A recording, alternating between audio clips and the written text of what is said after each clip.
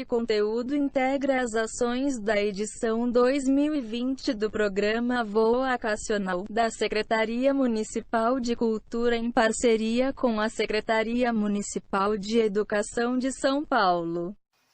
E aí pessoal, tudo bem? Sejam bem-vindos. Eu sou o André Rosa, sou artista orientador de literatura e faço parte da equipe Leste 4 do programa Vocacional.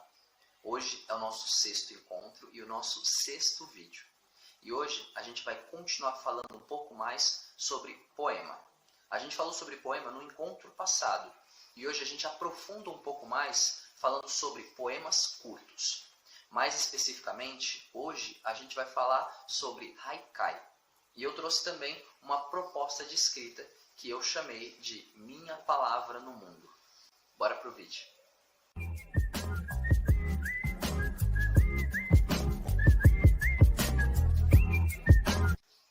No encontro passado, eu tinha deixado para vocês um exercício, mais ou menos uma coisa que poderia ajudar a gente a produzir os nossos poemas.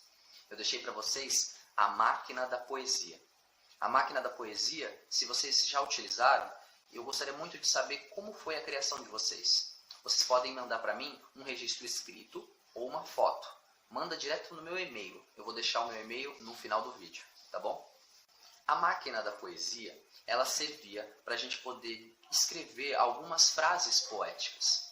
Mas será que eram só frases poéticas? Ou será que já eram poemas prontos? Será que um poema ele pode ter o tamanho de uma frase? Ou ele precisa ser enorme? Alguns poemas são muito grandes, como os poemas épicos. Outros poemas são bem curtos, como um micropoema, como um nanopoema.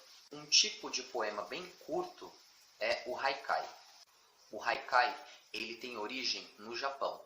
E o haikai ele tem uma estrutura que é muito concisa e é um poema bem pequeno.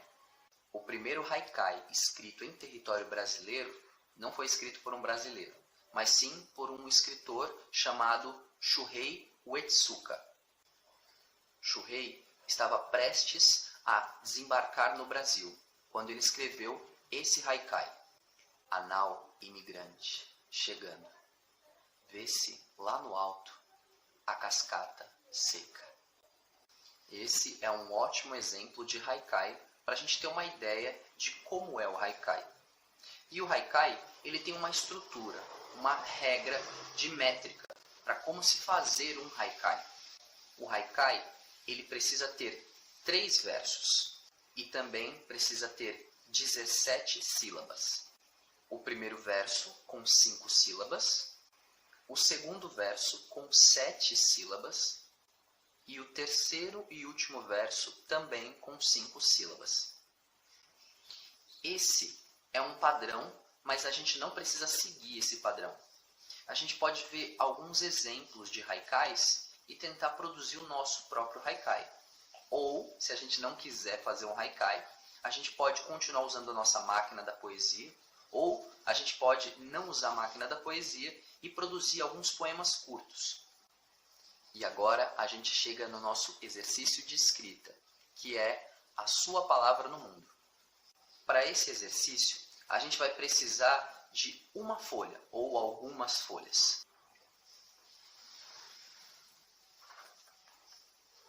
Nessa folha, você vai escrever a sua frase, ou o seu poema curto, ou, se você quiser, o seu haikai.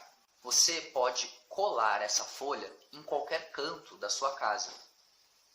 Você pode deixar em cima da mesa, você pode colocar numa estante, você pode colocar no banheiro, você pode colocar no seu quarto, você pode colocar em qualquer lugar da casa. A ideia desse exercício é que você veja a sua palavra, o seu poema no mundo.